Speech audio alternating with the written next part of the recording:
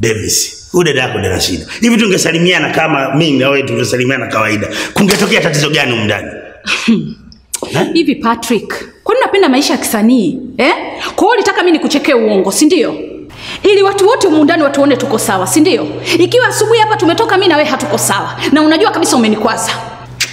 Hivi mwanamke mbona unapenda ligi za ajabu ajabu? Wewe ndio unapenda ligi za kipumbavu. Unataka hapo mdogo wangu Davis akuone uko sawa. Kuna kitu gani ambacho Davis hakijui? Jamani, tunaweza tukaacha haya malumbano tafadhali. Davis, huyu hawezi kuacha malumbano. Kwa sababu malumbano kwake anayafanya kama starehe. Kila tunavyotazamana mimi na yeye, anataka tupigizane tukelele. Sasa mama, mimi nimefanya nini tena jamani?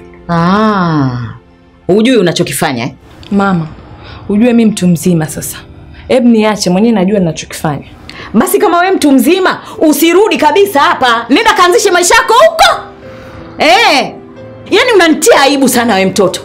Sijapenda.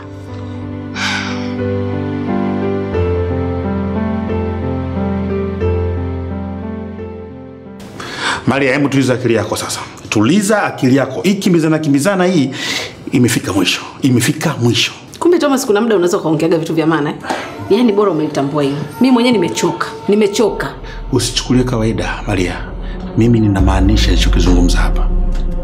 Yes. Kwa hiyo unafikiri juzi nilikuwa nakutania au ulikuwa hujanielewa? Au unahisi mimi nautani na wewe? Thomas, mimi mwenyewe nimefika mwisho. Nimebaki peke yangu. Sitaki shida na mtu yoyote, na wewe mwenyewe ukiwemo. Maria, mimi si maanishi hivyo. Mimi namaanisha tofauti kabisa. Muda wa kujua kila kitu Frankie umefika. Ajue.